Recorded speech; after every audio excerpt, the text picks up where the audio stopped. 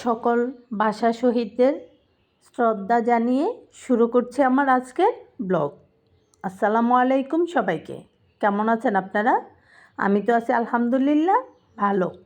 কারণ এই ছোট্ট সোনামণিগুলা দেখে আমার মনটা একদম ভরে গেছে। কত কিউট, তাই না? মাশাল্লাহ, কত সুন্দর করে সাজছে ওরা।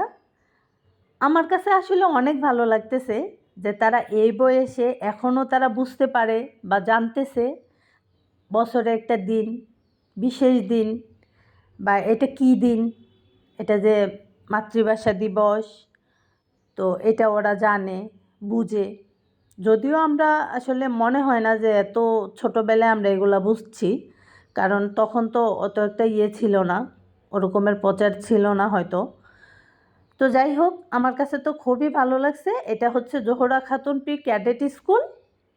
তো এই স্কুলের মধ্যে হচ্ছে মানে আমি যতদিন থেকে হচ্ছে স্কুল হয়েছে, শুরু থেকে আমি যা বুঝতেছি বা দেখতেছি, এখানে আমাদের মুক্তা ম্যাডামের ভূমিকা অনেক আমার কাছে মনে হইতেছে, মানে আমি যতদূর জানি।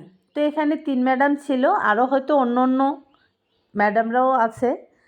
তো আমি সেখানে হচ্ছে একটু লেট করে যাওয়াতে আমি সবার সাথে মিট করতে পারি নাই। তো যাই হোক, এখানে মুক্তা ম্যাডাম ছিল, আরও অন্য 2 ম্যাডামও ছিল, আর বাকিগুলি আমি দেখি নাই, ওনাদের সাথে আমার পরিচয় হয় নাই। তো যাই হোক, দেখেন কিউট বেবিগুলা নিয়ে ওরা কত সুন্দর করে বিশেষ দিন পালন করতেছে, বিশেষ মুহূর্ত। আমার কাছে খুবই ভালো লাগতেছে, এত কিউট লাগতেছে তাদেরকে, মাশাল্লাহ। তো আমার কাছে তো খুবই ভালো লাগছে। আর এই স্কুলের মধ্যে যারা যারা পড়তেছে বা যাদের সন্তানরাই পড়ে, ওনারা সবাই জানে আলহামদুলিল্লাহ অনেক ভালো পড়াশোনা হইতেছে, আলহামদুলিল্লাহ ভালো।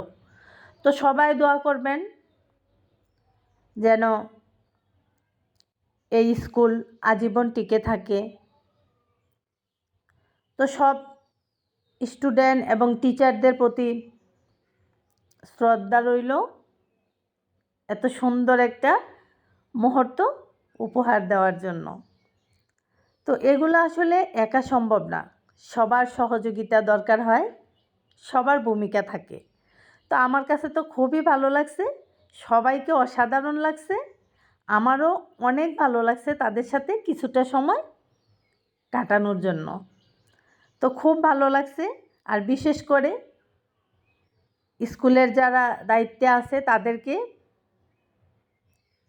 সালাম জানাচ্ছি, কারণ তাদের জন্যই হয়তো বা আজকে এই মুহূর্তটা পাইলাম। আল্লাহ হাফেজ।